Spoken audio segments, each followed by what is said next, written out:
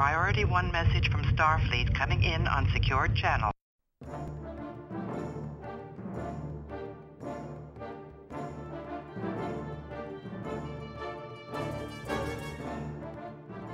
You are listening to the TrekRanks Podcast, a member of the Tricorder Transmissions Podcast Network. This is episode 11, featuring the top 5 epic arcs. Welcome, Star Trek fans. I am Jim Moorhouse, and I am the host of the TrekRanks Podcast right here on the Tricorder Transmissions Podcast Network. And as always, I'm being joined tonight by the founder of that very same network, Mr. Jeff Hulit. Welcome, Jeff. You out there? Thank you once again, Mr. Moorhouse. I am super excited about the 2 guests you are about to announce. Yes. And we are excited about tonight's topic, which is Star Trek's top 5 epic arcs, which is actually an epic arc unto itself, because this is our second of 3 consecutive episodes dedicated to the return of Star Trek to television with the launch of Star Trek Discovery in, I think, just about 28 hours from the time that you will hear this podcast, which is pretty exciting. So last week we did the top 5 Klingon episodes because Discovery is going to be prominently featuring Klingons, as we know. And tonight we are doing epic arcs because Discovery is also going to be featuring basically a 1 season long arc across its 15 episode first season. I cannot wait for this. And to carry forward our theme of epic arcs, we have some very, very special guests joining us tonight. Also, another bit of an epic arc, as TrekRanks has again featured prominently on their podcast. That's right, stepping down from the Trek podcasting throne to join the riffraff down here at the lowly TrekRanks. We have the one and only. This intro is way too long, but we're gonna finish it off. Anyway, we have Bill Smith and Dan Davidson, the TrekGeeks, on the show tonight. Bill and Dan, are you there? Are you still with us? Thank you for having us. It is a joy to be here. Although when you said coming down from the podcast throne, we thought for sure you meant Heather and Claire. So we're just excited we're still here. This is the day I have been waiting for my whole life. And wow, I'm just so honored to be on your show, Jim. Finally, thank you. All the podcasters. You guys are honored to be on the show before I actually stopped doing it. Well, and it did take a while. It was a great run. So great run. So congratulations. Yes, thanks, guys. It's been fun. It's been good. All right. So before we get rolling on tonight's topic, let's get a quick Trek origin story from our Trek geeks. What's the quick, I think people guys know from your podcast, if you've listened, and you should if you haven't, they're your guys' background. But what about the Trek geeks background? How did the podcast come about? Dan, do you want to tell a story? Because I tell it all the time. Oh, you tell it so much better than I do, man. Okay, so I'll try to go for the Reader's Digest version because we got a lot of arcs to talk about, and I'm really excited. I had the idea to do a podcast sometime around, I think, 2014. And Dan and I hadn't seen each other in quite a while. We went to a Star Trek convention in Boston. First time we'd been in the same room in about a decade. And we had such a great time. And we laughed and carried on like no time had gone by. And I said, hey, buddy, we should do a podcast. He's like, yeah, no, I don't want to do that. What's a podcast? and that's how Trek Geeks was born. Dan saying no. And after that, I slowly worked on him and introduced him to other podcasts because I still don't think he had listened to one at that point. And then he realized that our discussions for Trek, which happened every single day, made us both laugh and there was something to it. So out of that, we decided to take a chance and Trek Geeks was born. How's that for a condensed version, Dan? I like that. I like that version. One of the things that we love to tout about the podcast is that it's Star Trek discussion, but the whole podcast is built around the friendship that we've had for so many years, and that's what makes it so much fun to do. You know, it's hard enough that I have to listen to Bill's voice on a regular basis, but to be able to talk about Star Trek and have that kind of chalkboard nails down the chalkboard thing kind of makes it all worthwhile. Yeah, I thought you guys hated each other. Oh yeah, we do. No, seriously, it's whatever mojo you guys have conjured up. It's just an essential listen. If you're a Trek fan, the insights and the camaraderie. For me, it screams what we love about Star Trek. So even when you're slagging off some of my favorites, which you guys do a lot. Yeah. Okay. Not doing that tonight, though.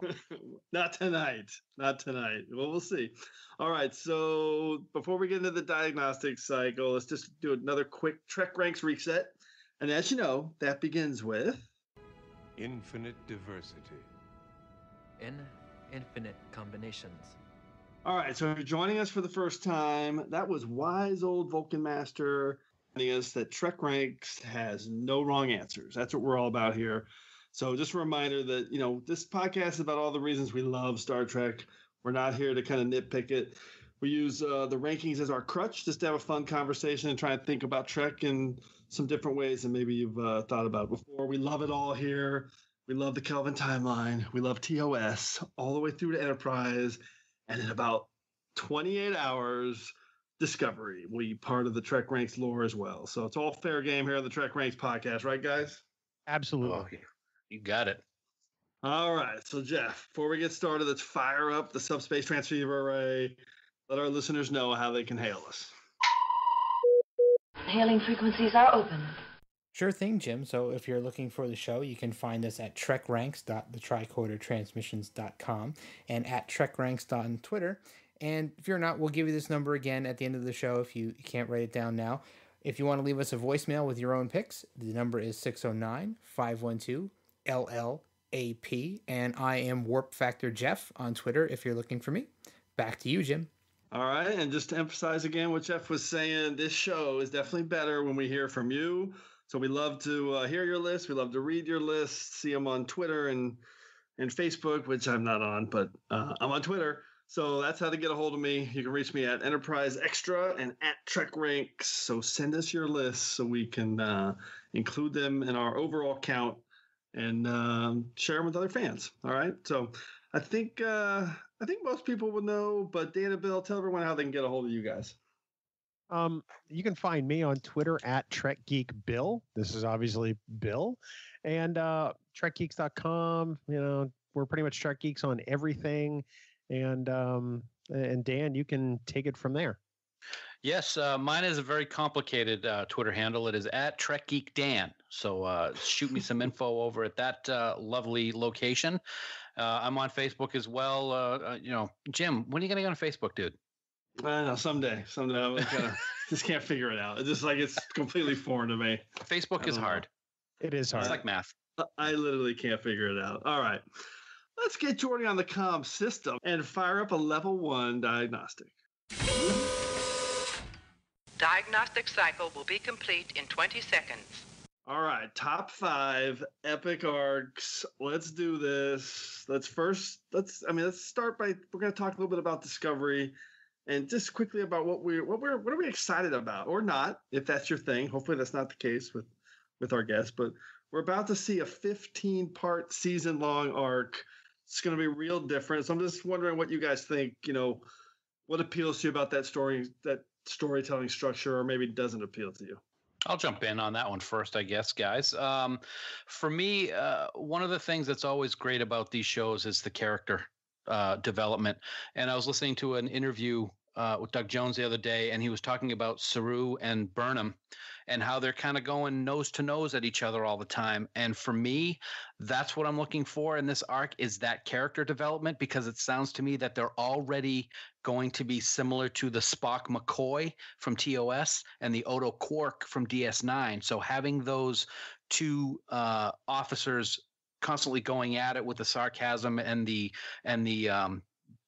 butting of heads is something that I'm really looking forward to. It's a small thing in regards to a character arc or a story arc, but it's something that I'm really looking forward to seeing. My problem with Discovery is that every time I start to look forward to something, they keep showing us something new, and then I'm looking forward to that even more. So far, I am looking forward to every facet of this, but mainly I can't wait to see how this is Star Trek in its DNA. David Mack was on Twitter saying that this absolutely squares with canon, and it absolutely is Star Trek, and I can't wait to see how they tie it all in and still create something fresh and new and bold. Yeah, that was a great thread from David Mack this week about about the canon and just telling people to be patient and see how it all plays out. How about you, Jeff? Anything in terms of kind of what you've been thinking about, looking forward to in terms of this new storytelling structure that Discovery is undertaking? Well, yeah, of course. I mean, this has been a trend in television for a while, and streaming television shows for a while, and I do love a long arc. I was a big Walking Dead fan for a while. I've kind of fallen out with it, but I have to look back to shows like Battlestar Galactica, and that was what a 4 or 5 season long story arc that just kept going and going, and that was one of the most brilliant sci-fi shows I've ever seen, and I hope that Discovery has the same type of a format and shoots to do the same type of a thing. So I think the precedent has been set. I think people are ready for it. So I am definitely looking forward to seeing Trek told in that type of a way. I think that we're used to seeing Trek in short arcs, 3-4 episodes tops. So this is going to be a big shift, and I'm definitely going to be riding that wave. So I'm ready for it, and I know we're all ready for it. So yeah, from my end, I've been dreaming about this for about 15 years. I mean, since even when Enterprise was in production, where you got to see some glimpses of it with season 3 and the Xindi arc and some of the awesome mini arcs from season 4. But since TV started to be redefined in the early 2000s, I've thought about what it would be like for Star Trek to get that kind of treatment, where you have the strong budget and the key is the reduced episode numbers to have a little bit tighter storytelling, like The Sopranos and Breaking Bad and Game of Thrones and these type of shows. So for me, that this is happening and it's that's going to be the structure for Trek. I cannot wait to see how it plays out. Love it. Hey Jim, I wanted to jump in on one other quick thing in regards to the season, if I could, because Jeff just mentioned something which made me think of it. Walking Dead, Game of Thrones, all of these amazing shows that have been coming out recently. A lot of these shows now have the no one is safe and anyone could die at any given moment.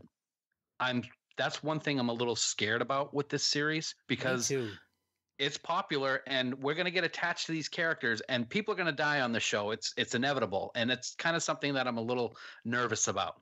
I just wanted to throw that out there. I'll tell you, that is exactly the number one reason I fell out with Walking Dead, because they actually came out and said that point blank, that no one is safe. And I'm like, well, you know what? If no one's safe, what am I investing in here? Right. Because you get involved with these characters, and that's with these long story arcs, just like Battlestar Galactica. I invested in certain characters that I really liked, and in my heart of hearts, I knew they weren't going to die, right? But if everyone has the potential to be ejected from the show, which has happened on Walking Dead, I just kind of fell out with it because I just don't feel like it's worth my emotional time to invest in those characters. Yeah, me too. As long as they never kill Glenn, I'm okay with it. Oh, wait. Oh. All right. Too soon. Spoiler alert. Spoiler alert. Spoiler alert. Don't listen to this. But no, Dan, it's actually a great point. It's something I think if you're paying attention, you're at least aware of, or it's in the back of your mind, but I hadn't thought about it too much. Actually, it's funny. The way I think about it has been in terms of production, and I hate that my mind is thinking this way, but I'm like, all right, they're filming like episode 12 right now, and Lorca's still there. So, all right, that kind of thing, because he's clearly still there. So it is going to be interesting to see if they pull the trigger on something big, on somebody they've been promoting.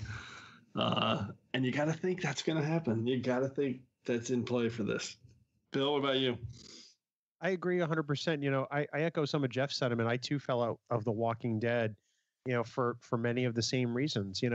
When I watch a show that is that, lengthy and has been on that long, you really do get invested with those characters, and there's something of yourselves in them. It's you identify with them, and then one of them or multiple characters go out at various times. It takes a lot out of you, and I think part of the reason we watch Star Trek is to go on this journey with the crew. They are us, and we are boldly going with them. And I totally understand where Dan's coming from. It's a concern, but by the same token, I want them to kind of turn Star Trek storytelling on its ear a little bit while still staying true to the core and the soul of Star Trek. Yep, that's you don't want to take any easy shortcuts with that. They need to. It may hurt, but you gotta. Right. I think that's gonna be part of the price we have to pay for this new level of storytelling that's coming our way. And I think we'll all be pleased. I think I think there'll be all the feels, but I think at the end when we look at season 1, we're gonna go, man, that was an amazing season, and I think we'll be even more amped for season 2. Yeah. Listen, as long as Deep Space Nine never kills Jadzia, I'm okay with it. Right. Oh, sorry. Spoiler. Wow. Sorry. Okay, let's jump into the Prime Directive and see what everyone's what the criteria, how everybody approached this for such a broad topic that we've got going on. I do not concur with your captain's decision. She's following our Prime Directive. Define Prime Directive. All right, so the truth is, in an epic arc, it's really truly in the eye of the beholder, which, by the way, is a terrible TNG episode, but I digress. I think at this point, an arc, when you define an arc, it can be anything as big as the Xindi season in Enterprise or as small as the Risa arc in Enterprise, which I love because I'm only mentioning it because Fark in the last episode, the Klingon episode, when I asked him, hey, well, think about arcs that's going to be the next episode. Do you have one that you could think of that's maybe a smaller one? And that's the one he came up with I think is hilarious. It's like barely mentioned in 2 episodes where the cruise kind of gets distracted on their way to Risa before they finally get there. So nice choice, Fark. Anyway, an arc can be big, it can be small, it can be character driven, story driven, it can literally be anything. So I'm thinking we're probably not gonna have too many duplicates tonight, maybe some similarities, but probably no dead on duplicates. So Bill and Dan, tell us what was your how did you narrow down your picks?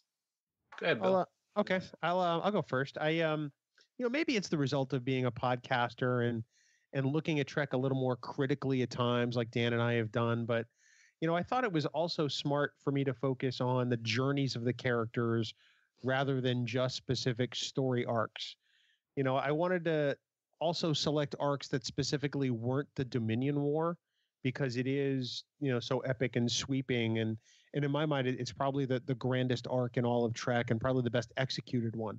So I wanted to find things that spoke to me as a viewer, that journeys that I enjoyed through Star Trek, and especially journeys of characters. So I've got a little bit of a mix of some stuff. So I'm looking forward to telling you guys all about it. All right, how about you, Dan? Yeah, I went along similarly with Bill in terms of character. I think that was the one that stood out to me the most. I like the arcs that really dive into a character and we get the background and what's really going on in their head. That's something that really spoke volumes to me when putting together my list.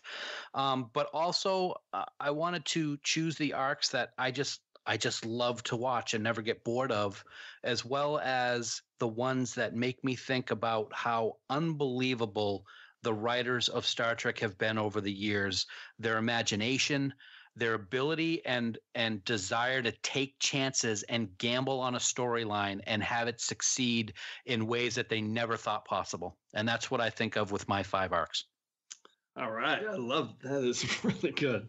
So mine, I started, again, as always, started with just a long brainstorm list. And I kind of saw that they were breaking up into, like Bill was saying, that you both said, was some of them were character arcs, some were more story arcs. And then I started to think what's too broad and what's too narrow. I was trying to find a little bit of the sweet spot in the middle there. So, I'll give you one example of something I was considering. It's obviously one of Trek's amazing arcs, but I ended up not choosing it because in some ways it was a little too big and broad. It was like, I was thinking I had written down like Sisko's arc in accepting that he was the emissary. And I love that story, but then I thought it doesn't really fit because it's really that's Sisko's entire character from episode 1 to the end. So I wasn't sure if that made sense. So I kind of eliminated that. I eliminated Nog as one of my picks because, again, he was there at the beginning and at the end. So I tried to make it a little bit more where you can get your arms around it, a little bit more definable. Nothing quite, like Bill said, nothing quite as big as like, hey, the Dominion War arc, but stuff that was just a little bit tighter. So, but of course, if either of those that I mentioned are on your list, that's awesome because that's what Trek Ranks is all about. So, okay, so we got our Prime Directives. So before we introduce Third Automaticon, let's just do a quick update again on how we're going to go through this. We're going to first reveal our epic arc, and we're also going to pick one episode that we think best represents that arc. It's normally kind of how we do it, so we have an episode to represent it. And then we'll give our 5-word summary and a hashtag, which Bill and Dan know well. We love that. And then we can talk about the arc and the episode and some of the elements about it. So you guys ready to roll? Let's do this. All set, man. All right, let's do this. Third Automaticon, you are up. I am a Jem'Hadar. He is a Vorta. It is the order of things. Okay, the top 5 Star Trek epic arcs. We're going to have Bill go first. Otherwise, I know if he was going after Dan, he'd just rip all of his picks. So we don't want him to do that. So we're going to throw to Bill and then Dan. And as he does sometimes, Jeff is not making picks this week. So, which I'm kind of bummed about because I think Jeff, you know what I should have done, Jeff, is create a list for you so you could just rattle off arcs that I know these guys hate. Like you could be like this, hey, the Sela arc or the Traveler arc. Or all of Star Trek Voyager. Actually, Jim, I thought about doing an arc that would bother you. I was going to do the Harry Mudd arc that included a TAS episode. Oh, no. That would have been, that would have worked. That would have bothered me. Okay, so then we're going to end with some secondary system picks. So let's get up and going with Bill's number 5 pick. Thank you, sir. As you said, coming in at number 5, my 5th ranked arc is Eddington versus Sisko. One of my favorite arcs in all of Star Trek. I think it's best represented for me by Deep Space Nine, Season 5, Episode 13, For the Uniform. My 5 words are greatest middle act in Trek. Hashtag, sometimes I like it when the bad guy wins. The Maquis are scrambling their transport ships. They're starting to evacuate. Do you realize what you've done? I've only just begun. I'm going to eliminate every Maquis colony in the DMZ. You're talking about turning hundreds of thousands of people into homeless refugees. That's right. When you attacked the Malinche, you proved one thing. That the Maquis have become an intolerable threat to the security of the Federation, and I am going to eliminate that threat. But think about those people you saw in the caves. Huddled and starving, they didn't attack the Malinche. You should have thought about that before you attacked a Federation starship. Helm! Lay in a course for Tracken 2, Warp 6. Commander, prepare 2 more torpedoes. Engine room, bridge. Set course 050 Unlock safeties on torpedoes 3 and 4. Can't you see what's happening to you? You're going against everything you claim to believe in. And for what? To satisfy a personal vendetta? You betrayed your uniform! And you're betraying yours, right now! The sad part is you don't even realize it. I feel sorry for you, Captain. This obsession with me, look what it's cost you. Major, shut that thing off! Commander Worf, prepare to launch torpedoes! Wait!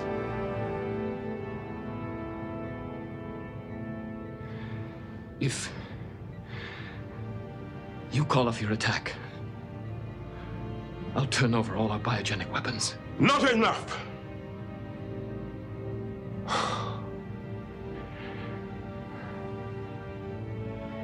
All right, Javert. I'll give you what you want.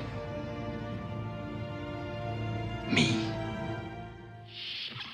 Sisko mortgages everything he is as a Starfleet officer to go after Eddington. Rules be damned. Everything else be damned.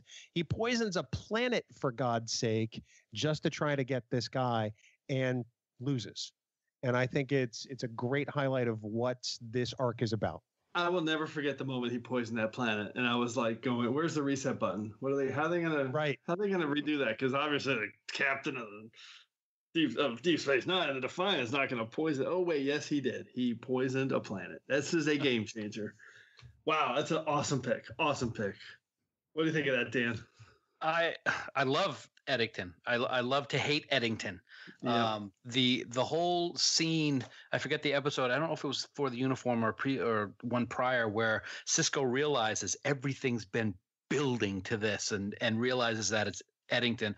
It's just great storytelling right there. And yes, the whole poisoning of the planet.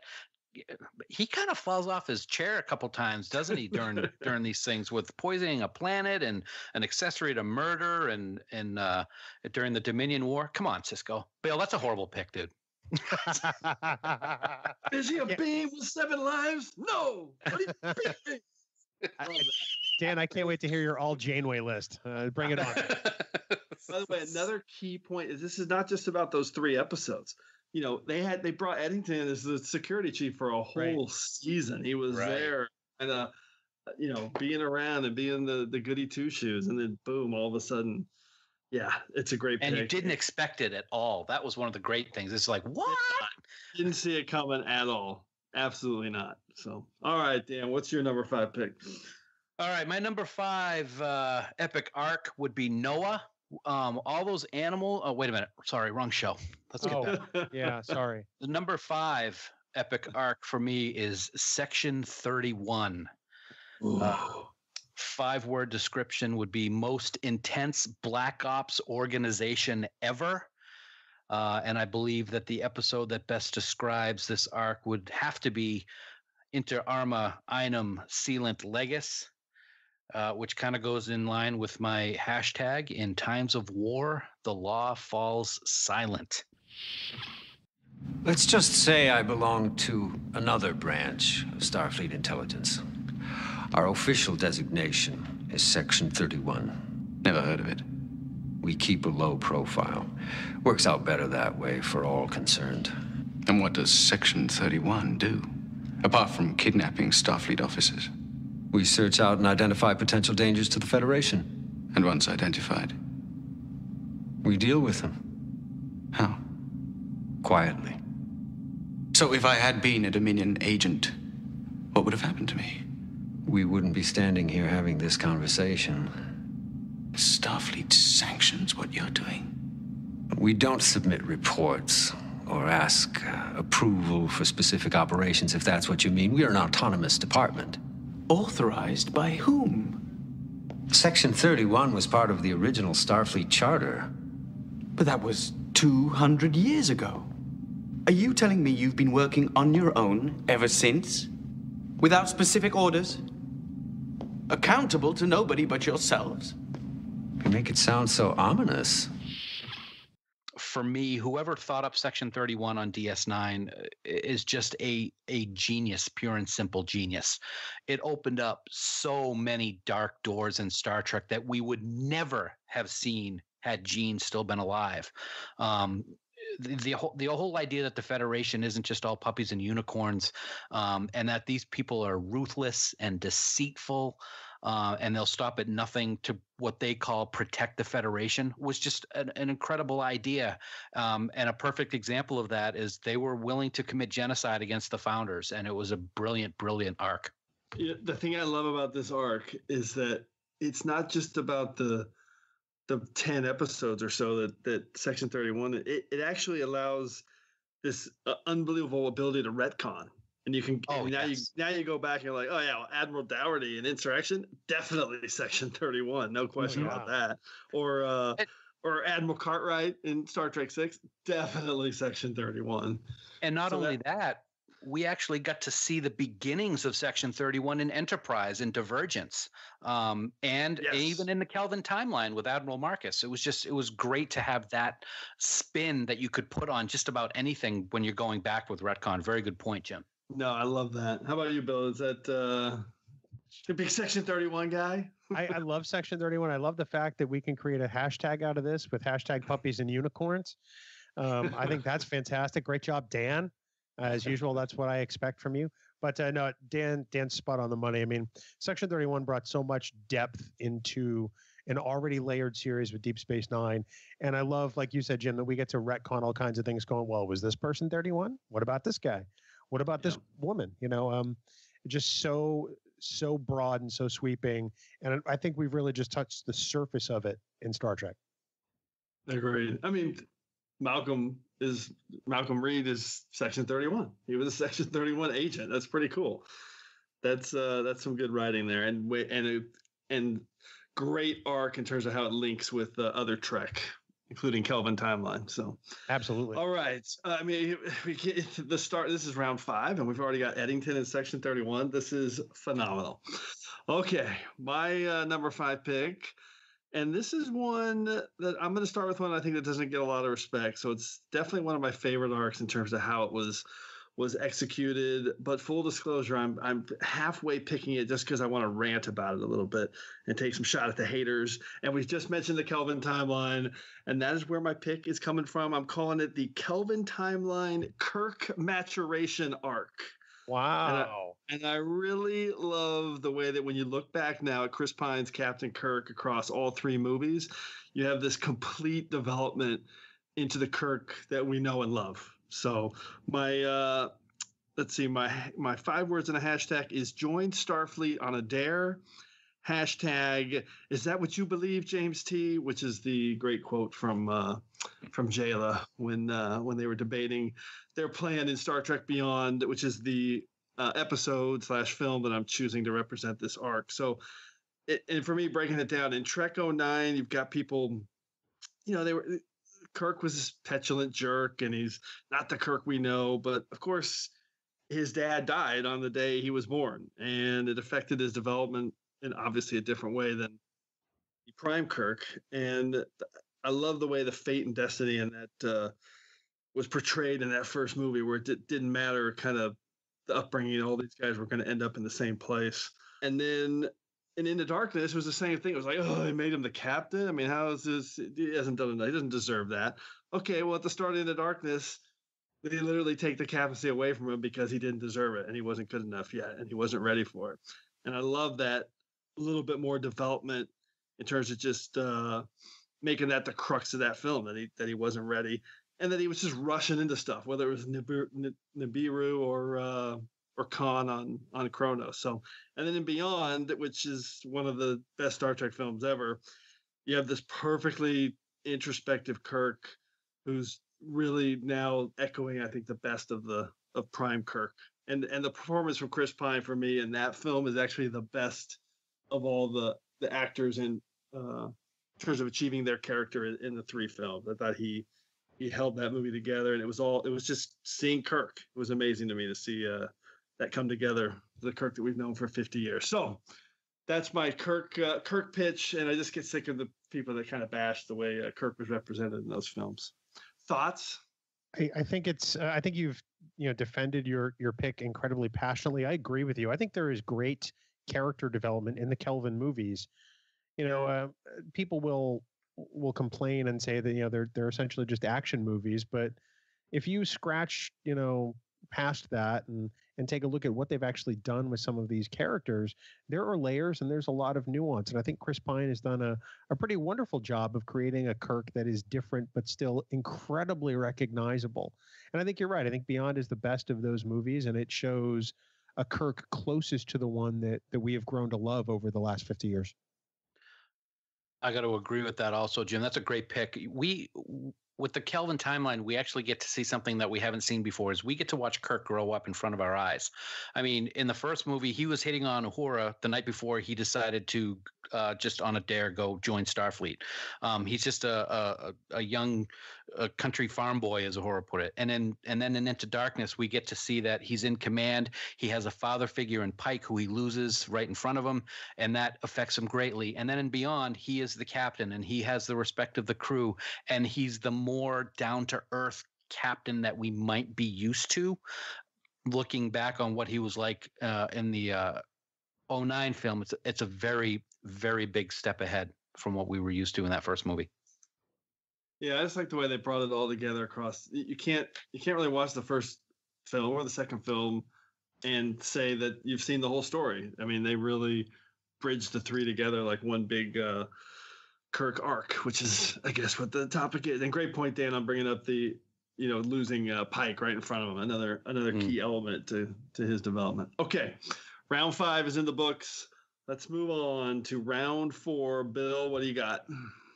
Let's see. In the number 4 spot, I have Worf's honor, or lack thereof, for my big arc. And I think that's best exemplified by TNG Season 4, Episode 26, one of your favorite episodes, Jim, Redemption. Woohoo! 5 words, I return your family honor. Hashtag, let your name be spoken once again. Worf languishes for, the better part of a season and a half with no honor, and it comes up all the time because they keep meeting the Klingons, and you can tell that, Worf's not in a good way. And by the time he gets to this part of his arc and his family honor is restored, it's the only thing he's wanted. It's what brings him the most satisfaction. And plus he gets to get all Klingon on everybody. So granted, it's a time of great conflict for the Empire, but he does the only thing he can and eventually goes back to his Klingon heritage to defend their way of life. Redemption, Jim, after we had you on TrekGeeks, I realized that I haven't given that episode enough love, and I went back and watched it, and I think that a lot of the points you've brought up about why it's ranked so highly on TrekRanks are 100% valid. It's a great story. It's a great arc for Worf, and I think that it's some of the best work that Dorn does on the series. Yeah, that's awesome. I love hearing that. I think it's the first time. I mean, when they show the layers of the politics and what's actually happening on Klingon, it's really fascinating to me how well executed that is. And the Worf honor story, that it's really one of the first big arcs that Trek ever did, where when you realize it was all linking together, which is one of the reasons I love Redemption so much, because it links all the way back to season 3, and then Sins of the Father, and then Reunion. It's just a great, and it carries forward from that point too. So it's not like it ends in Redemption. So yeah, that's an awesome pick. Thanks. Yeah, I got to agree. I kind of was worried there, Bill, when you started with the word Worf. I thought you were going to say something like Worf's Raising of Alexander arc, because that would have just been, I would have hung up. But Worf's dating Deanna Troi. Oh, sorry. Sorry. I like that. Oh, do you? I do. I love him and Deanna. That was great. Okay. Shut up, people. I think what's great about I ship everybody. Whatever. I think what's great about the Worf honor story is that it also carries in and has a great effect in Deep Space Nine in the later seasons with the war with the Klingons, and later how his entire house ends up getting stripped and Kurn ends up suffering because of he decides to stick with the Federation. So with Worf in Next Generation all the way up through Deep Space Nine, he's got that constant struggle with his honor and what he's supposed to do and what's right and what's wrong. And Dorn does do a great job. We're not all fans of a lot of the Klingon stories a lot of the times, but Dorn really seems to hit it at the right time when it needs to be done correctly.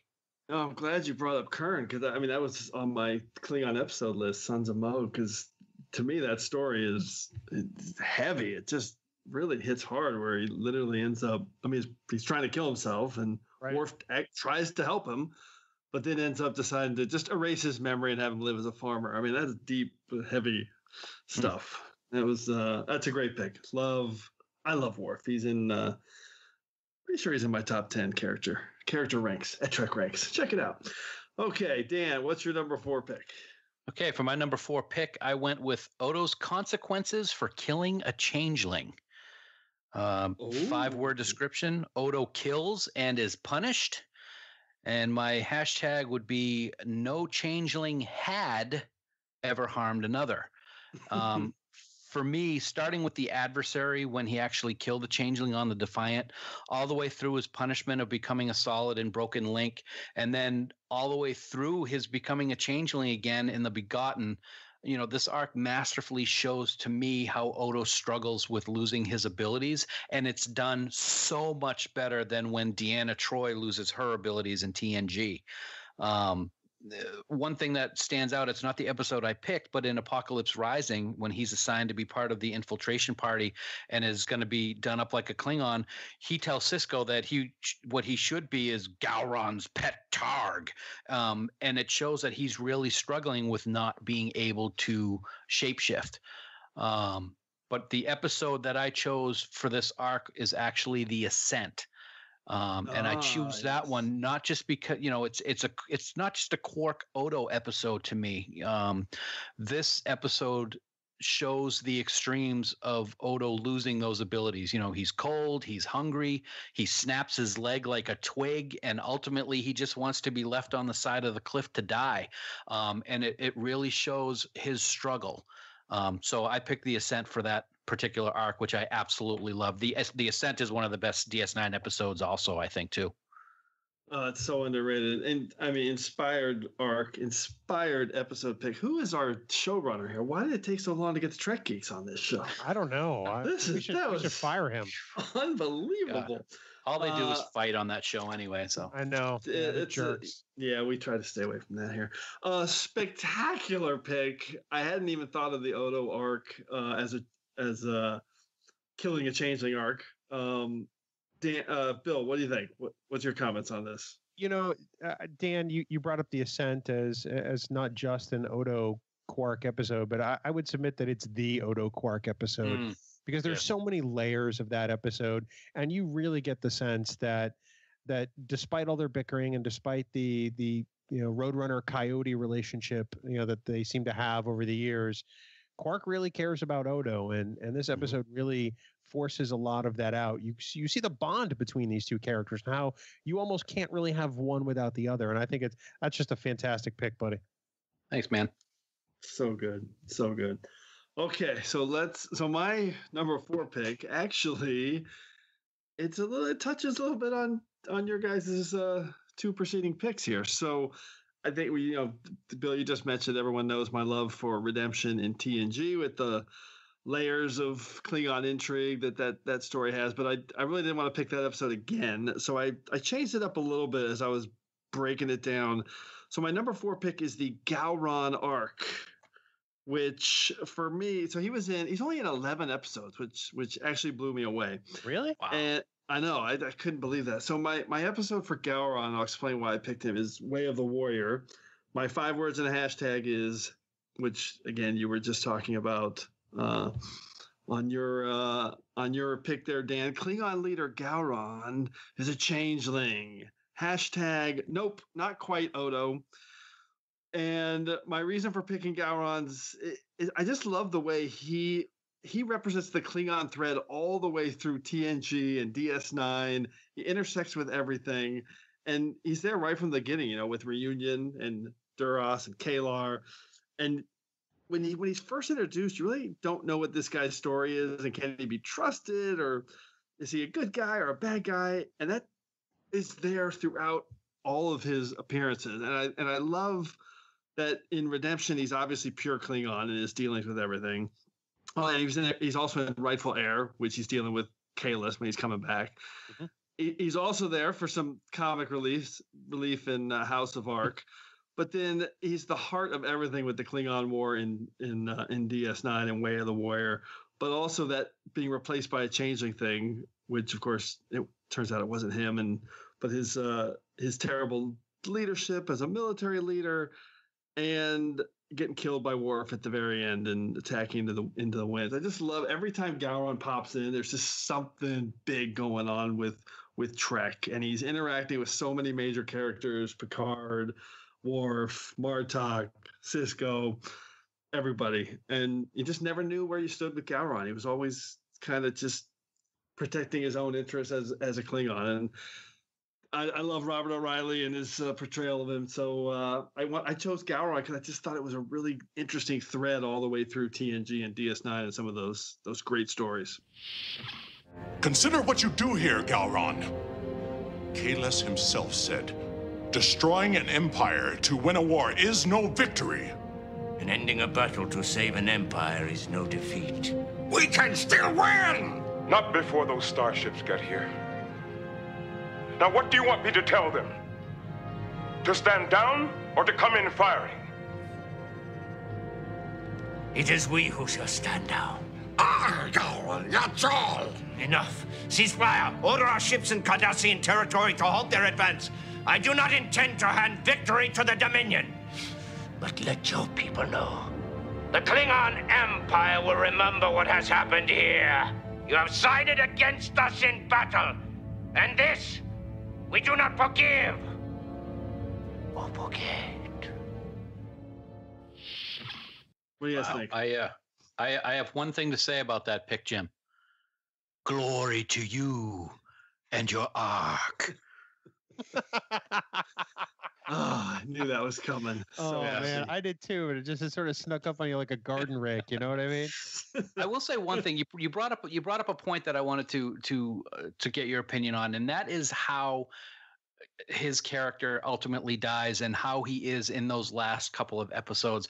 And I kind of was disappointed of how that route went. He turned into just like this nut in regards to how he was going to have Klingon honor above everything else. And as someone who was a soldier, but then became more of a politician, it seemed that his way of thinking was just really, really wacky. And I kind of didn't really like that vibe that particular end of the storyline gave.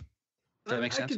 I understand that, but I think it was consistent with how he was in TNG. I mean, even he was always worried about even in Redemption, where he was kind of like, there's always a deal in place when he was working on something, whether trying to get Kern on board with Worf or getting back his honor. I don't know, the guy was just inconsistent across the board in terms of you just never knew where you stood with the guy. And at the end, he was just a jealous bastard who wasn't going to let Martok get the credit. Right. He was going to set him up and make him look bad. But it's not an unfair comment. It was probably a little rushed and maybe extreme for the storytelling needs that they needed there at the end of season 7. Bill, what's your take? Well, and keep in mind too that Gowron was like the good pick, right? So it was him or Duras. Right. And so Gowron was the good option. So you can only imagine what Duras would have been like. You know, back then I used to, back in the 90s, I used to refer to Gowron as Crazy Eyes. And I think that as time went on, the writers started to write with that in mind, because Gowron just got crazier and crazier. And I think it's probably a case of power corrupting absolutely to some extent. You know, in the end, Gowron couldn't help who he was, which is essentially a power-hungry megalomaniac. And he was going to meet that end one way or another. It just happened to be from Worf. And I think that was really the best way to do it. Yeah, I could not say it better myself. I think that power-hungry megalomaniac is what it was. And maybe a little bit extreme at the end there, Dan, but I feel like it was true to him. So I think one of the greatest performances from Gowron was when he was playing the counter in the count room in Bada Bing Bada Bang. Yes. Oh, that's right. That's right. And what role did he have in Far Beyond the Stars? He was in the back of the newsroom doing something. I can't remember. So really, I don't remember him being in that. No, he's in that too, right? I'm almost sure. Maybe we'll save that for Stump the Geek. That's a good call. No. Okay. All right, let's jump into the soup round. Round 3, Bill, what's your first pick there? Oh my God, I love soup. So soup round. For my pick, I pick wonton soup. My 5 words are the best all-around soup. # heaven in my mouth. Salty. Oh, wait. I'm not supposed to actually rank soup? No, the soup round is a metaphor. Oh. For what? I have no idea. Okay. So anyway, my actual number 3 pick, let's see. So far, I've hit DS9, I've hit TNG. I'm going to go all the way back to Enterprise for this one. And I'm going to pick the Augment arc from Enterprise. Oh, so good. As evidenced by season 4, episode 6, the Augments. 5 words, great tie to the eugenics wars, # callbacks all day long. You know, by the time we got to season 4 of Enterprise, there was a whole lot of fan love in that season. You know, there's all kinds of things that they threw out there because they pretty much knew this was going to be the last season, I think. And it's like, well, you know what? Let's shoot for the moon. Let's throw out all kinds of things that the fans are going to appreciate. At least that's the way it seemed to me. And I love that not only do we get heaping amounts of Brent Spiner in this, not only do we get references to Khan and genetic engineered humans, but we get a great story on top of it. It's an arc I love to watch. I love Enterprise. I love this arc. And I feel good about this at number 3, I got to say. It's so rewatchable. Love that. What was it? What was the episode that you tied to it? Was it the Augments? Yeah, it was the Augments itself. Yeah. Okay, perfect. No, it's such a rewatchable story, and it works so well. And again, if you're talking arcs, you've got the Soong connection as well. Absolutely. So the way it plays into that, and that was done so organically. I mean, it's easy to to call things fan service, but that was just made sense. It just worked extremely well. I love those 3 episodes. Love the actors they got and the production values there.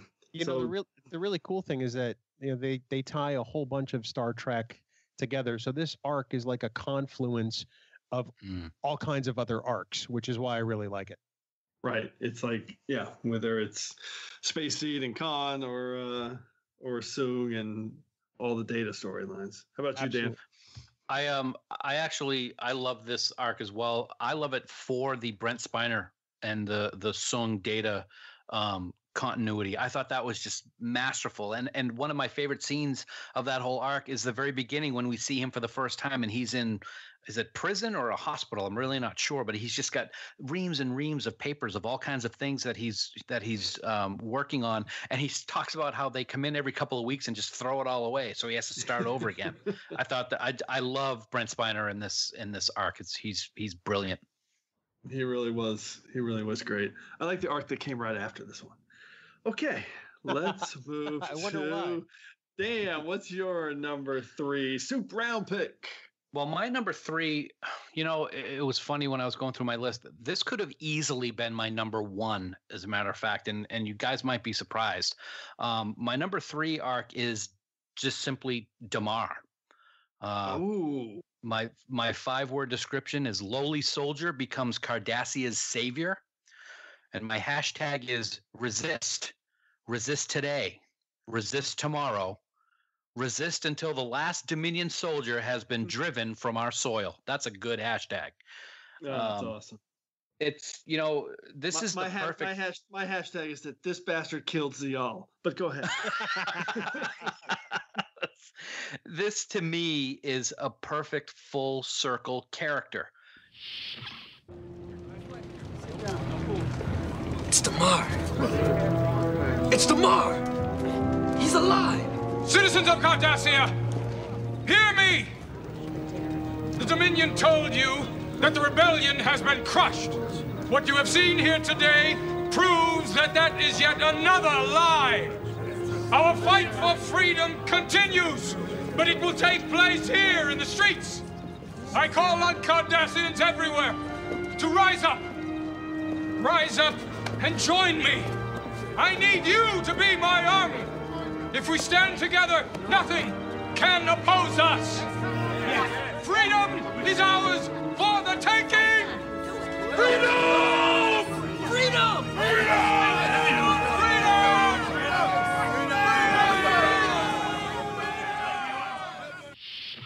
He was a soldier and a member of the occupation, and he killed Bajorans. And then he is the leader of Cardassia, and then he's a resistance fighter killing members of another occupation. It's really amazing what he goes through, and you see the wave of emotion over and over again of what he's doing. For the episode that I picked for this arc would have to be Strange Bedfellows, and not just the episode, but a very specific scene is the moment Damar throws his Kanar against the mirror because he hates what he's seeing and he needs to stop the Dominion. It's just awesome. There are so many other layers to this arc. How he feels about the Breen and his interactions with Weyoun, his loyalty to Dukat, which brings up a question that we never got to see is, what would Damar have done if he knew what Dukat's plans were with the Pa Wraiths? It just blows my mind what that could have been like. But I think he is a brilliant character. Casey Biggs, oh man, I love that guy. He just was perfect. His portrayal is amazing. And I think it's in Strange Bedfellows. I get those opening 3 episodes conflated when he tells Weyoun, why don't you go talk to Worf again? It's like one of the best lines in all of Star Trek. Just absolute comedy. Bill, what's your take on that? I love this pick. It's phenomenal. Yeah, I guess it's okay. No, I think, Dan, I think you state the case for Damar really well. I mean, when Damar first came on Deep Space Nine, I really didn't think much of him because I kind of felt he was like, Dukat's flunky to some extent. Yeah, absolutely. But they really created a really textured character with a lot of internal conflict. And as time went on, you get to see exactly what it did to him. And I think you picked the perfect episode to highlight that. Yeah, and ultimately he gets redemption really the only way he can after all that. It goes out in a blaze of glory, and it's written just so perfectly. So it's a good pick, buddy. Thanks, man. The one thing that was disappointing was, I'm sorry, go ahead, Jim. No, go ahead. I was going to say one thing that was disappointing is I think we knew it was going to happen, but it's really unfortunate that his character had to die. Totally understand why, and he's martyred and so forth. But I really would have loved to see him survive and see what he could have done with Garrick as rebuilding Cardassia after the war ended. With Zial. Oh no! Wait. Unlucky Zial. Listen, one of the things I love about Damar's character, and again, why Deep Space Nine kind of is the standard for these kind of arcs and storytelling, is his first appearance is just as this guy standing in the background in Return to Grace, kind of firing the phasers and loading the weapons when Kira and Ducat are kind of sorting out their issues on that freighter. I mean, it's just brilliant that he's just his background guy, and he ends up being the leader of all of Cardassia. Absolutely amazing the way some of that stuff played out on Deep Space Nine. So awesome pick. Not one that I thought of, but I love it. Brilliant. Okay, who's up? I guess that's me. My number 3. Woo, we got a duplicate. We have a duplicate alert. It's a straight up 100% duplicate. Section 31. That's what I'm talking about. And my episode is season 7, Inter Arma Enum Silent Legion. Brilliant. Double dupe. We actually got a duplicate. It is awesome. I mean, same thing. Oh, let me see. My 5 words in a hashtag are the ultimate retconning device. Hashtag I blame Section 31 for everything. I love doing it. It's really a fun thing to do. And I gotta be honest, I tried to keep this off my list, and I thought maybe it was a little bit of an obvious pick, but I just couldn't. It's just great the way it was. I mean, we said it all before, Dan. The creation of it was so brilliant to layer it in there as kind of the Federation. I mean, they already had the Obsidian Order and the Tal Shiar. And so all of a sudden now, the Federation has one of these too, like Section 31. What the heck is this? So, and connecting it with Enterprise and Affliction and Divergence. And I said it before, Malcolm Reed is actually a Section 31 agent from his past, and Admiral Marcus, and the way you can, blame everything on Section 31. I love it. I love the storytelling device, and I love the way it syncs with Trek across, all of Deep Space Nine, Enterprise, and even the Kelvin timeline. Any more thoughts, guys? I was just thinking, just before you made that pick, wow, we might get through this without any dupes. And it's like, the words were still in my head, and I was wrong. And I think it's fantastic. I could never have guessed that the two of you would have come up with that. Great job, man. Yeah, I've already said I think everything that I can say about Section 31. But one thing I did not say earlier, and would love to say with your pick, Jim, good pick by the way, buddy, is Section 31 would not have been as enjoyable for me to watch and really start thinking about if it wasn't for the amazing performance that William Sadler did as Sloan. He was so great to watch. He was so devious. He was funny. He looked like he was, a little bit nuts, and you never knew what was going to happen. He was great. I love Section 31. There's a series of novels as well about Section 31, which are really good too. Yeah, the costume design too on William Sadler was amazing. I mean, looks like a fascist. Okay, let's move to round 2. Bill, what is your number 2 epic arc? My number 2 epic arc is pretty epic, I'm not going to lie, and it's one that affected Star Trek fans for quite a while, and it is the death and life of Mr. Spock in Star Treks 2, 3, and 4. Yes. To exemplify that, I've chosen Star Trek 4, The Voyage Home. 5 words, not the hell your whales. Hashtag, recovering from being dead ain't easy, but it can be funny. They found the perfect way to reintroduce Spock and to reacclimate Spock after just the gut-wrenching death in Star Trek 2, and then the sort of new beginning in Star Trek 3. And I think that in 4, they gave Spock a new challenge. You've got to learn how to live again for real. not just getting used to things, but you've done what nobody else in Star Trek has done. And you've got to find your way again. And so it's a bit of a relearning process for fans and for Spock himself. So it's one that will always stay with me. The 35th anniversary screening of Wrath of Khan just last week was gut-wrenching again, all over. But it's probably one of my all-time favorite arcs in Star Trek. Me too. Yeah, it's a superb pick. It was on my short list, and I'm really glad you picked it, because for me, it's like, also when you talk about this, it's like the trilogy out of nowhere, because you don't really, I remember, watching these movies in the theater, and at the end of Voyage Home, it's not like I thought, well, I just saw a trilogy. It just didn't feel like a trilogy until you were able to step back and kind of look at it and go, oh, those three movies sync together as three parts that you didn't really see coming. So I love that element of those three films. They're all great. The Voyage Home is my number one all-time film on TrekRanks movie list. So awesome pick. How about you, Dan? What do you think? Bill, you're a genius. Anytime you pick Spock for anything, it's not a bad thing. So that's a great choice. What's weird though is as you were giving your description, Bill, I was thinking about Star Trek 2, 3, and 4, but then all of a sudden, what popped in my mind was Star Trek Beyond, and how we lost the real Spock, Leonard, a couple years ago, and that scene in Beyond where he's looking at the picture of the crew, and it makes you think about what they went through in the Prime universe. So it's still kind of tough to think about, but yeah, that 2, 3, and 4. I can't remember how devastated I was when Spock died in Star Trek 2. And you're right, Jim. I didn't think of it as a trilogy either until much, much later. Yeah, I think it was just kind of sneaks up on you. And Bill, you kind of encapsulated it perfectly by saying the Voyage Home is such a brilliant way to reintroduce Spock. It's just, there's no drama. It's just real simple, and it's just the humor, everything about that works. Well, Spock is the soul of Star Trek. There's no Star Trek without Spock. There's no Star Trek without Nimoy. And, to do something that, serious to a character, you've got to really find a new and creative way to sort of get out of that box. And it serves as a great reintroduction to everything, not just, our own timeline, because they go back to the 1980s. But, Spock figured out, he's got to figure out how to time travel slingshot around the sun again. He's got to figure out how to just, deal with other aliens.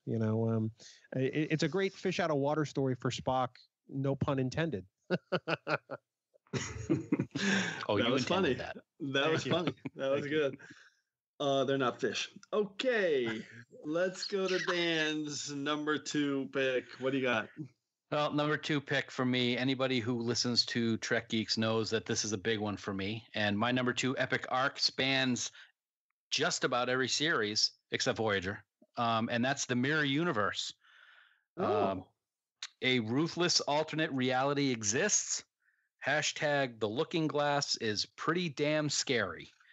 To me, because it spans such a great timeline, this is an ultimate arc. It starts during Enterprise and goes all the way up through Deep Space Nine, and there are so many twists and turns that take place. And the entire idea that the uprising of the Empire and the taking over by and having an Empress was because of a non-mirror episode of TOS when the Defiant went back in time and into another dimension in the Mirror Universe. My mind's blowing up right now just thinking about it. You can't arc any better than that arc. It's incredible. It's so great. It's just incredible. And seeing how humans are the ultimate rulers, and then they're overthrown by the Klingons and Cardassians. And then by the time we get to DS9, the humans are starting that rebellion a la Star Wars a little bit. It's just great. And the ruthlessness of the characters. A lot of people don't like that ruthlessness. I remember Andy Robinson saying he did not like the Mirror Universe character of Garak because it was just so evil and crazy. I thought that was one of the coolest parts about the Mirror Universe is you never knew what you were going to get with any one particular character. So to wrap it up, I should pick Mirror Mirror because it was the classic TOS that introduced us to the Mirror universe, but I'm not actually choosing that one. Instead, I'm going to pick Deep Space Nine Season 4's Shattered Mirror, where Sisko has to work on the Mirror Defiant to fight against Regent Worf and the Klingon Cardassian alliance. Also, Jennifer dies again, and we get to see Garrick being led around the bridge of the Klingon warship like a dog with a collar on. So there's a whole bunch of everything in that episode, and I just love it. I love that you brought up the Tholian web part of this because it's another link in terms of the arc. And I've said this before, but I mean, I literally, when I was watching In a Mirror Darkly, literally fell out of my chair at the end of episode 1 when you realized that was the Defiant from the Tholian web. I mean, I'm on the floor like agape staring at the TV. I cannot believe they're making that connection. It's I love it. And you got to think, if that didn't happen, if that starship didn't go through that dimensional portal or whatnot, what would the Mirror universe have ever been like? Would the humans still have ruled, or would there have been an empress, an emperor? There's so many different possibilities that you can think of if that one incident that wasn't Mirror universe related didn't happen. Yeah, I love that. I actually did a poll once on my Twitter, and I got about 100 and some odd responses. It was, is In a Mirror Darkly a prequel to Mirror Mirror, or is it a sequel to the Tholian web? And the votes were literally 50-50 because that's exactly what it is. It's both of those things. It's a piece of brilliance. So how about you, Bill? What's your take on the Mirror universe? You know, I'm only surprised this wasn't Dan's number 1 pick, knowing how big of a Mirror Universe fanboy he is. I think it's a great pick. Although I will say, I'm going to confess, I know we love all things Star Trek on TrekRanks. That's not my favorite Mirror episode, actually. I appreciate that Dan picked it, and I love that, that he's able to tie that into his pick. But Mirror Universe, I always forget about the Enterprise part, but now I need to go back and watch it. So, yay. Other than a horrible CGI Gorn, it's a really good episode. That's fair. And the deck plating. Why'd you have to bring up the CGI Gorn? Don't bring up the Gorn, Jeff. Oh my God, you made me unmute and actually talk. I knew that was coming. Yeah, that's fair comment. Okay, I am moving into my number 2 pick, which we got a theme going here on this episode, which we'll talk about in the stats at the end. But my number 2 pick is the Dominion invasion arc, the 8 episodes across the end of season 5 through the first 6 episodes of season 6. And my episode that I'm picking to represent that is Rocks and Shoals, which is an all-time great episode of Star Trek, number 5 at TrekRanks. And my 5 words in a hashtag are Trek's first truly serialized storytelling, hashtag basically 1 8-hour episode. And the way, this is it. I mean, there's arcs before this, but this is the true birth of serialized storytelling on Trek, where it's just one continuous story, just episode flowing into episode. And I love the way Rocks and Shoals starts with them in the middle of this battle on this ship, which, by the way, is a ship that connects back to another episode, the ship. And it ends when they're still on the planet, and you're just assuming they're going to get picked up because they've killed all these Jem'Hadar, and they're not showing you all the pieces. It's just this one stream of consciousness across these episodes with so much going on with the founders, Dukat, Damar, Kira, Odo, all on the station, and then Sisko and Dax and Nog and Admiral Ross and everything going off the station. So for me, it starts with In the Cards, goes through Call to Arms and Time to Stand, and finishes up with obviously the classics, Favor the Bold and Sacrifice of Angels. I love the Dominion invasion arc. It's pretty much hard to beat. So comments, Dan? I'm pretty sure you like that pick. It's all right. Yeah. Yeah. I mean, what's not to love about the Dominion? We actually did a whole episode of TrekGeeks on the Dominion a year or so ago, and it's brutal. The Dominion's brutal, and I don't want to say too much about it because I have a sneaking suspicion we'll be talking about it again in just a few minutes. Talk about it again. All right, Bill. What about you, Bill? I think the only thing that surprised me about your pick, Jim, is that my pick would have been the ship, and I love Rocks and Shoals, so I think you couldn't have gone wrong with either episode. The ship, for me, is one of my top 10 DS9 episodes of all time. I love that episode. I always remember that episode because I was so mad at myself at the end when I'm like, of course it was a changeling that was on the ship. How did I not see that? Did you guys? I didn't. Just for some reason, that never occurred to me. So I thought that, you know, there was something that they just hadn't found. It never dawned on me it would be a shapeshifter. Yeah, me too. It should have, but yeah, right. Amazing. All right, let's move to round one since I think we're gonna be talking about that again. Bill, what's your number one Star Trek epic arc? Well, Jim, my number one Star Trek epic arc is certainly epic to me. I'm sorry you don't think this pick is particularly tight, calling back to the beginning of this here episode of TrekRanks. But my number one pick is Benjamin Sisko's journey as the emissary. Oh my God, I love that. I love that. And again, hold on before you even go. Yeah, that was just me when I looked at it. I was like, it's too broad. I'm going to narrow. But as I said at the end, if either of you picked it, that's awesome. As a TrekRanks is all about. Go, Bill.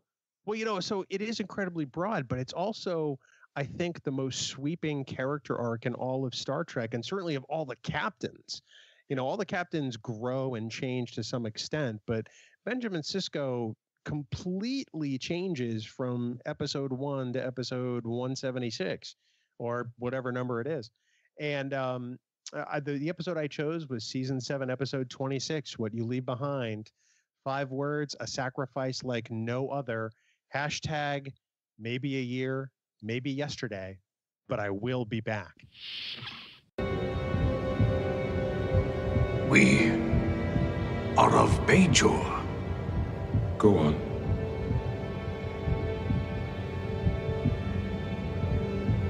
They are linear. It limits them. They do not understand. But we want to understand. That's why we're here.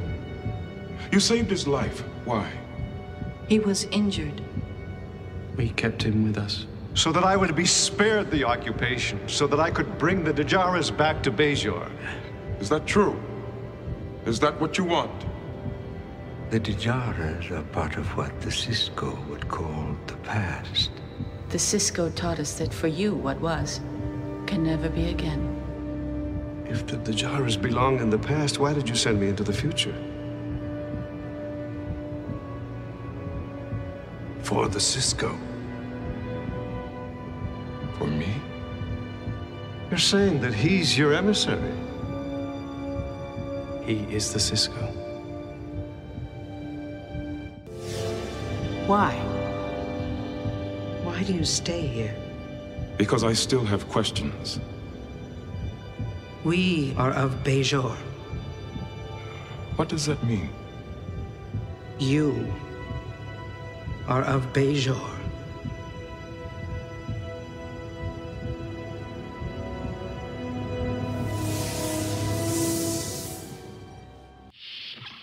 You know, I found a lot to take out of Benjamin Sisko's journey, whether it was as a father, as a Starfleet officer, or just as a man who finds out in the end that, you know, his entire upbringing was essentially not what he thought it was. You know, when he finds out he's essentially a descendant of aliens in a wormhole. And he's also the only captain at the end of the series that doesn't continue on with the ship boldly going. And I thought that was really kind of different. You know, when DS9 had its finale, that really kind of stunned me. And it made me go back and think about Sisko. And I really think that, you know, it really is a sacrifice like no other captain makes when he essentially takes out Dukat in the fire caves and essentially elevates himself back to where he's really from. So that's that pick may not be tight, but it's pretty epic, man. No, it doesn't have to be tight. It can be whatever you want it to be. Let me comment here, Dan. Then let you jump in. So sure. I love this because I'll say it. I really don't care if people tune out or rip me for it. I'm not a religious guy. I don't like religion. I don't like organized religion at all. I think it's disgusting. So having said that, this story arc was really interesting to me, the way he was being portrayed. And that realization about halfway through where he was like, I think it was pretty much in the episode Ascension, where you realize he's embracing it and realizes he's going to miss it if it's gone, and that he really is the guy. when I realized that that's where they were going with this, that he was actually the emissary and not just the guy they were claiming to be the emissary, which you again don't think you're going to see on Star Trek.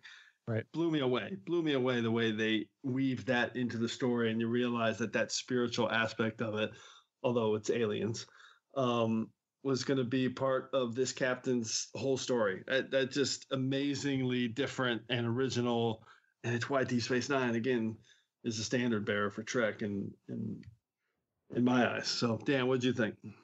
Well, I can't argue with the pick. I mean, it's brilliant. I mean, Sisko was born from one of these wormhole aliens. I mean, his entire life and destiny were set in motion years and years and years ago, and watch it unfold in this final, especially the final season, but during the entire run of the series is just a beautiful thing to watch. And he has so many sacrifices in his career and in his life and has to make tough decisions. But I mean, nobody could have pulled it off better than Avery, that's for sure. And I think it's a stellar pick, man. I think it's absolutely wonderful. I mean, it's Sisko. I mean, what else can be said? The Sisko.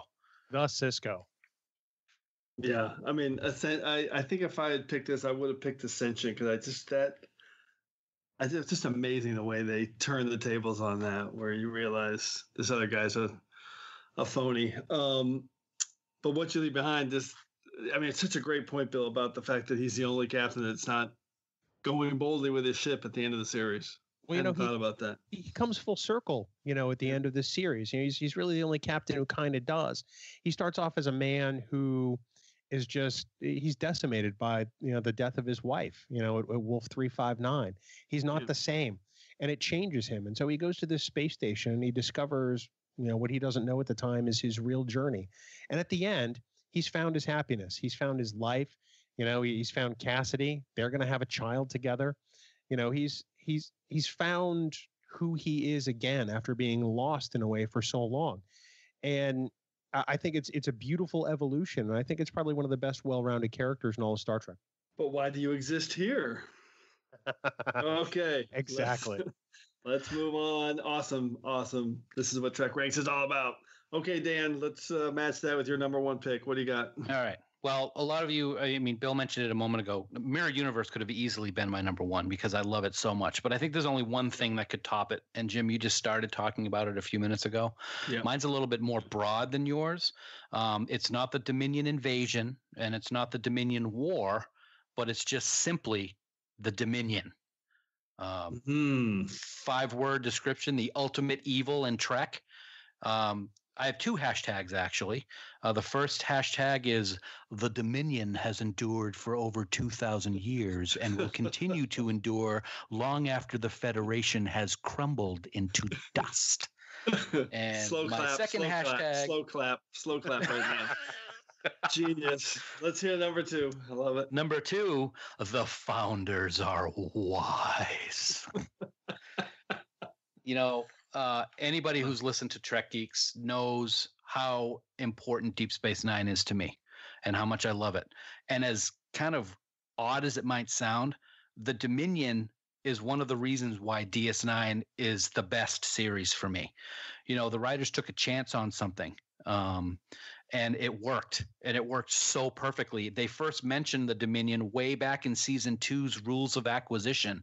And then you hear them 1 or 2 more times. And then, of course, you see them in the episode, The Jem'Hadar. And it really showed us that the Federation was in trouble. And then, of course, comes the war. It just perhaps for me, and I think everybody on the show here tonight has said it, this is the greatest episode arc ever. Maybe not just in Trek, but in television. There's so many memorable moments. There's so much death associated with the Dominion. Their principles and beliefs are something that, the Federation would never even think of having. And it's great television to watch. The structure of the founders and the Vortas and the Jem'Hadar, and they're all so ruthless in their own unique ways. It was really hard, guys, for me to choose just one episode. I'm dying to hear what the one episode is because it's so big. It is. It's so big, but I gotta say, Jim, what is it? We have another one. We both chose the same episode. I went with Rocks and Shoals. Rocks and Shoals. Yes. Yep. Because for me, it shows how structured or maybe how faulty the Dominion really is.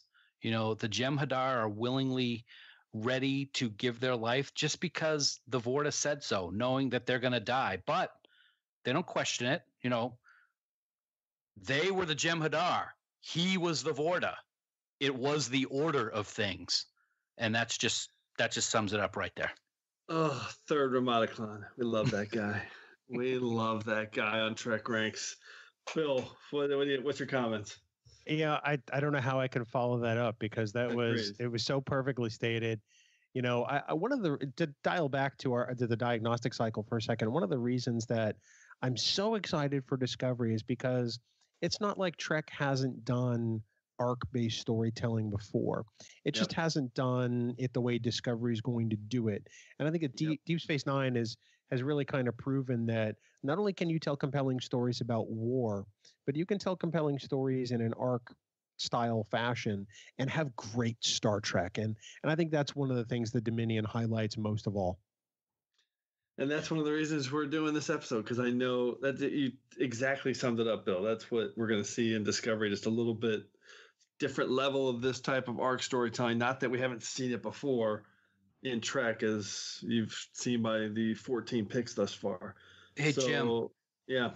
One other thing I wanted to throw in about the Dominion, which I find so great, and I wish this had been something that was solidified, so it could have been actual canon, but I wanted to bring it up. Was it the Dosi? Because I know you love the Dosi. Nope, it wasn't. Yeah, okay. No, it was just recently, Bill and I did our episode on Captive Pursuit. And I'm not sure if it was Ira or one of the writers in an interview were talking about how the Hunters were actually part of the Dominion and Tosks were bred similarly to Jem'Hadar for just to be hunted. And that would have been really cool if they had actually made that part of a storyline so that they could have been Dominion, but they didn't do it, so it's not official canon, but it would have been pretty neat. No, that was a cool idea. I heard you guys talking about that. I'm not sure I'd ever heard that before, but it made perfect sense. So, and I learned something new. I didn't know, I can't remember the actor's name now, but I didn't realize he was the Q, Quinn from Death Wish, same actor. Yes. Garrett Graham, yeah. Garrett Graham, yes. That was cool. I think I knew it, but it didn't like click in my head, and I was like, that was a good point. Okay, and that was an awesome episode. All right, so my number one pick, I swear to not do this just to needle you guys, because I had my long list, and this one, it was originally like 4, and it just like, it was the first one I did, and it kept moving down, and it ended up being number 1 because it's the one that just brings me so much joy. I love this character. I love her story arc. I love the way they did it. Aquiel. No. It's not Aquiel. It's not Sela. Don't worry. It is from Voyager, though. Oh, no. Voyager arc. Oh. And it is the Seska arc. Oh, I hate you. I love Seska. She's in 13 episodes. She's there from season 1 all the way to season 7. My episode to define her best is Worst Case Scenario, which is my number 5 all-time Voyager episode.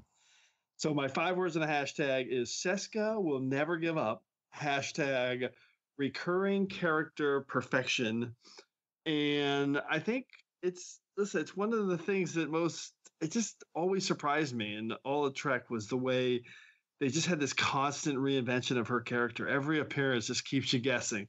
Storytelling with her was real smart. The way they connected it to Deep Space Nine's second skin with the fact that she's at one level she's a Maquis malcontent, but nope, she's a traitor to everyone. And then she's a Bajoran. Nope, she's a Cardassian.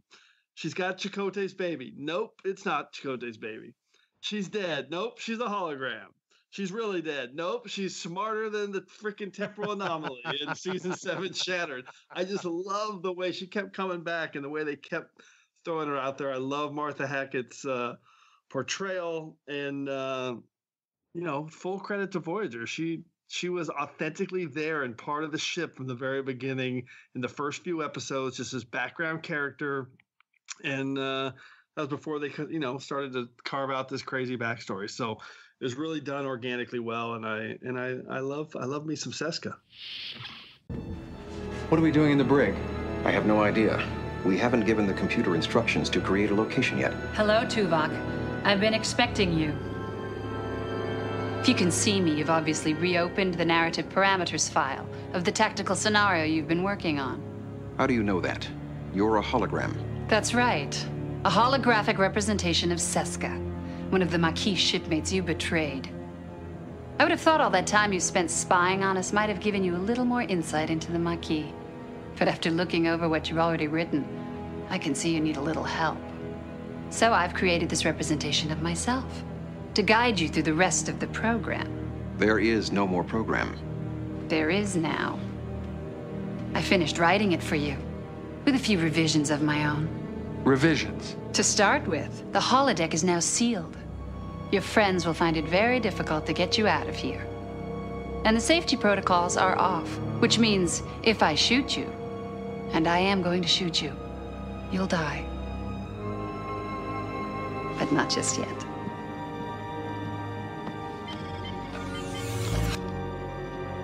You've got 10 seconds to run.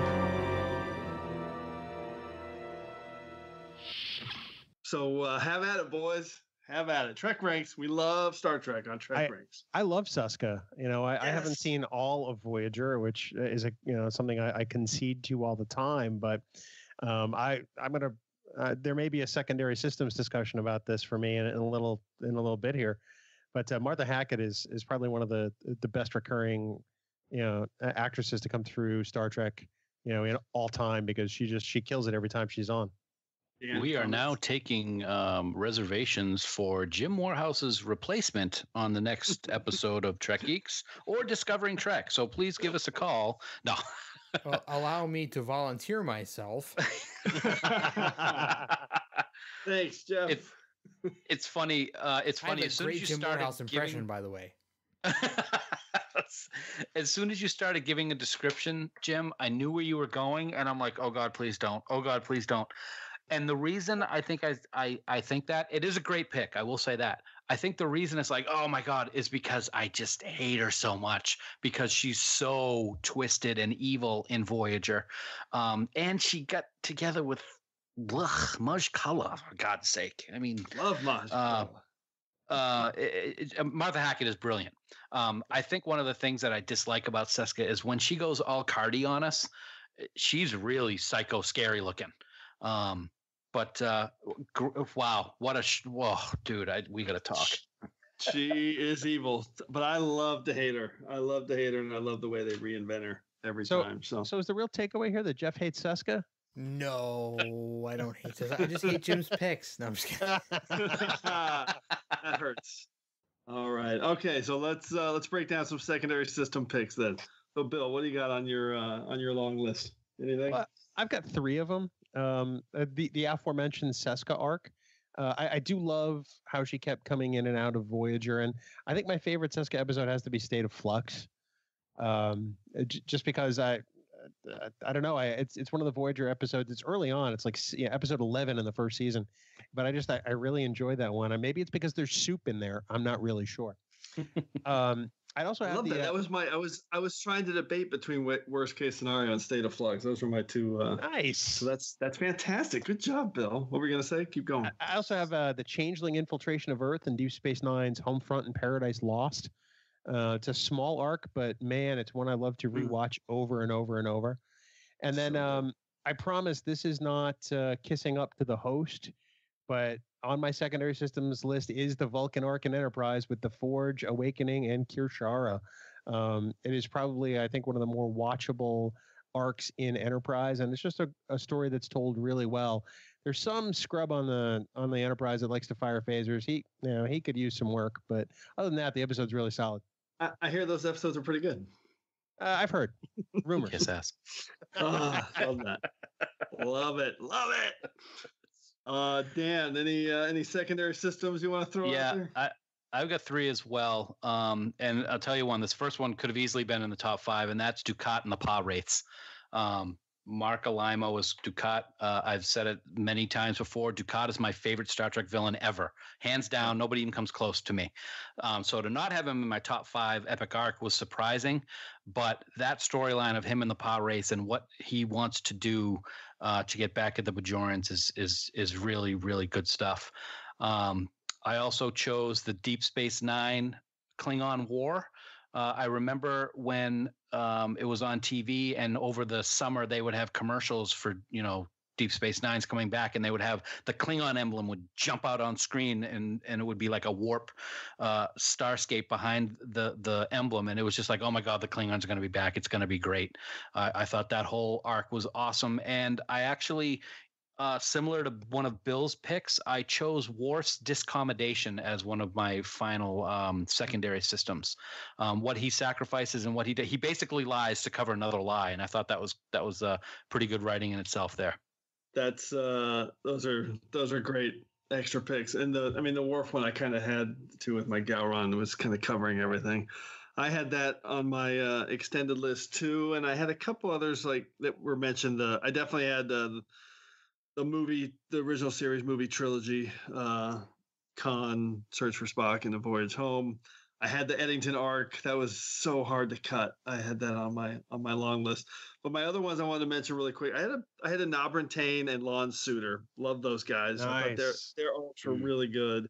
I had the Circle trilogy. Was hard to not include because that's really the first 3-parter in the history of Trek, and it's done so well. Love those 3 episodes at the beginning of season 2. And then I also had the Menagerie and the Cage because I thought that really it set the stage for continuity integration in Trek right from the very beginning, where it's like, I just can't even imagine watching that in 1966 and seeing these other clips from what is this other show? Did they shoot a whole nother series? It was so well done, and I love the way those episodes connect. So, all right, lots of epic arcs indeed. Some amazing Trek moments. I think. Jim, I'm kind of heartbroken here. You guys, I respect you all for being such incredible Trek fans and so knowledgeable, but no one mentioned the Cyrano Jones arc. Oh man, here we go. I was looking at all the Dan's picks, and they're all Deep Space Nine. So I'm glad I at least mixed it up a little bit. I didn't get any TOS in there. Actually, I did with Spock, I suppose. But no, I gotta argue with you a little bit about that, dude. But no, Deep Space Nine touches all of your picks, is what I'm saying. It does touch all of them. Yes. Well, let's jump into the Regen Cycle right now because I got the stats. So we'll skip the 7 and 9 drop, and let's just do it. So actually, let's do the recaps here. So Bill, run down your 5 picks really quick. Absolutely. In my number 5 spots, I have the Eddington versus Sisko arc. Number 4, I have Worf's honor or lack thereof. Number 3, after my wonton soup, I have the Augment arc from Enterprise. Number 2 is the death and life of Mr. Spock, as exemplified in Star Treks 2, 3, and 4. And number 1 is Benjamin Sisko's journey as the emissary in Deep Space Nine. So give your hashtag again for your wonton soup. Oh, it was hashtag heaven in my mouth. Yeah, we just wanted to have that on tape again so we can drop that. Okay. Dan, what are your 5 picks? All right. Coming in at number 5 is Section 31. Number 4 is Odo's consequences for killing a changeling. Number 3 is Damar. Number 2 is the Mirror Universe. And number 1 is the Dominion. All right, and my 5 were the Kirk maturation arc from the Kelvin timeline, Star Trek Beyond, Gowron's arc across TNG and Deep Space Nine with Way of the Warrior represented, Section 31, Inner Arma, Silent Legis, the Dominion invasion arc, which was my way of kind of narrowing down a Dominion pick with Rocks and Shoals. And then my number 1 arc was the Seska arc from Voyager. And now, so let's break down those stats because you were just saying that, Bill. So Dan did pick all 5 Deep Space Nine episodes, which, hey, no judgments at Trek. Yeah, no, that's I think that's fantastic. Absolutely. But here's what I love about these stats. This is a crazy crazy number. So, well, first we had 2 duplicates, which is cool too, at least in terms of the episode picks. But that was Inner Arma, and then also Rocks and Shoals. Me and Dan picking the same. But the numbers DS9. So Voyager had 1, Enterprise had 1, TNG had 1, the Kelvin timeline had 1, the original series had 1, and DS9 had 10 picks. That's pretty amazing. So every other incarnation had 1 pick, and DS9 had 10. And I guess that's not too surprising if you really look at the way Deep Space Nine told their story across their 7 seasons, which was really arc heavy. Absolutely. I think that I'm surprised I didn't have more Deep Space Nine because I am such a Deep Space Nine fan. But I love that it permeated a lot of these picks. But I also like the other picks that came in from the other series, whether it was the Kelvin timeline or whether it was Voyager. I thought there was some really great stuff here. Yeah, this might be the first episode that's had all 6 incarnations with at least 1 pick. Ironically, they all had 1 pick except for DS9. So pretty cool. Any comments there, Dan, Jeff, before we end up? Oh, I definitely agree. I think it's great that Deep Space Nine was heavily represented. I mean, we talked about how it started the arc, the whole idea of the arc. But I want to say, Jeff, I'm gonna throw out a special. It would be nice to see if Ted Sullivan is listening, dude. You got to get Cyrano Jones in Discovery, okay? Oh, man, there. yes. I think I got something started right now. Yeah. Well, we got Harry Mudd already. It only makes sense to include Cyrano Jones with pockets. Can you imagine Harry Mudd and Cyrano Jones in the same episode? Oh my God! Wow. I think the universe would explode. I know I'm exploding. Hate to break it to you guys, but Ted Sullivan is not listening to TrekRanks. We're on, so maybe he is. Maybe because you guys. All right. TrekGeeks are here. The whole world's listening now. All right. Okay, those are some epic picks. But of course, as it happens every week, we've once again entered a temporal causality loop. So before we can depart, it's time to hear from you. The Enterprise has been caught up in a temporal causality loop, and I suspect that something similar may have happened to you. All right, this week's temporal causality loop choice is actually a no-brainer, and I love that we heard this pick. So our list this week is, of course, flashing back to our previous episode, which is also celebrating Discovery. That was our top 5 Klingon episodes. And we heard back from the Klingon of the hour as it relates right now to Discovery. I'm not sure if everyone's aware. I think you guys all are, but you guys all know the backstory here about, I think it's Cove, who is at Canada Aviatrix on Twitter. You guys know about this? So she's basically this huge Trek fan who's an authority on the Klingon language, lives in Canada, obviously fully versed and speaks Klingon.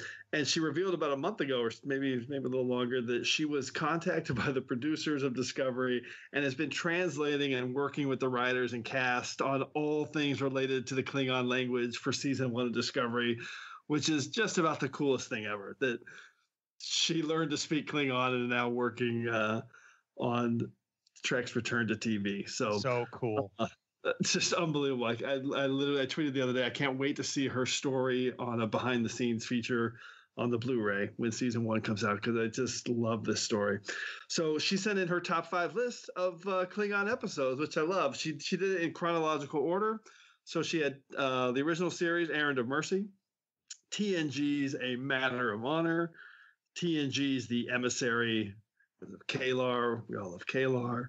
Deep Space Nine's Blood Oath, and Deep Space Nine's Way of the Warrior. So I love that we heard from her on her Klingon list.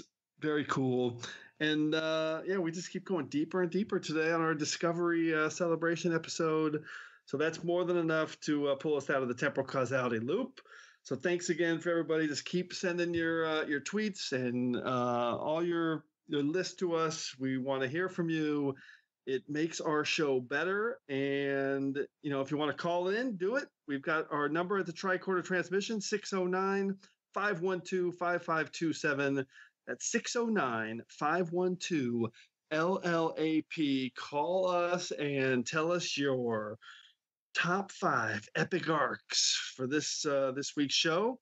And hopefully we can feature you on the next episode of Trek Ranks, so this is a surprise. Before we were going to do 2 episodes of Discovery, but then it hit me. We can actually do a 3rd episode to continue our Discovery celebration. And I think, so by the time we record that episode, we're actually going to be in a new era of Star Trek. We're going to have a new series on TV or streaming, whatever. So Discovery Rank is going to be, part of the conversation moving forward with our next episode. So in that episode, what we're going to do, we're going to change up the format a little bit, and we are going to break down all of Trek's first episodes. So basically, we're going to have a panel on. We're going to talk in depth about TOS, which really has 3 first episodes. So we're going to talk about all 3 of those. And by the way, that's for those scoring at home, The Cage, Where No Man Has Gone Before, and The Man Trap. And then we're going to talk about Encounter at Farpoint, Emissary, Caretaker, and Broken Bow, and whatever the title of the first episode of Discovery is. And at the end, we're all going to do a quick rank of how we rank those episodes and how they appear. So that's our plan. It'll be a little different format, but it's a way to integrate Discovery right away into Trek Ranks Talk when it's on the air. So what do you guys think of that? I think it's awesome. I mean, it's just so exciting to be right on the edge of this new series starting up. And it's kind of cool, Jim, that you're going to be doing that, because if you look at the archive of the TrekGeeks, episode 31 is actually titled Encounter at the Emissary's Caretaker Cage at Broken Bow. So that's kind of cool that you're doing that also. I'm not going to lie. I'm kind of impressed. I might have to dig back into that archive. I'm sure I heard that episode. That's hilarious. So I figure this is a good way to keep just get Discovery involved right out of the gate. I love it. And we've got our Discovery ranks. I love it. All right. So before we wrap it up, I want to give a huge thanks to the brilliant Bill Smith, the brilliant Dan Davidson of the venerable TrekGeeks. You guys are awesome. Thanks for coming on finally. Thanks for clearing your schedule and getting on the show. And we've been trying forever. Well, it's tough to come down from our throne, but it's the least we can do. For what's the name of the show again? What is this? Yeah, you guys really shrugged off the paparazzi for this. No, in all seriousness, we love both you guys. We love that everything that Tricorder Transmissions is doing, and it's the very least we could do. We had so much fun, and nobody cares what Dan thinks. But I'm going to give my opinion anyway. Like Bill said, in all seriousness, I got to tell you guys, I have been looking forward to this. Not only just this discussion of what we talked about tonight, but just being able to sit down with you guys on an episode of Trek Ranks. I'm not joking at all. It's so awesome to be here with you guys. Thank you very, very much for having us on. You'll never be on our show again, but if you want us to come back, we'll be more than happy to. No, I must come back. I must come. You must let me be back. Ouch. You guys are the best. I appreciate all the kind words, and it's really been awesome to kind of dive into this show and learn from all 3 of you guys, because you guys are all super pros at the podcasting game, and I'm just trying to figure it out. All right. So thanks again, guys, for joining us here on episode 11 of the TrekRanks Podcast. And as always, I want to close by saying I'm looking forward to standing with you again here in this place where I belong.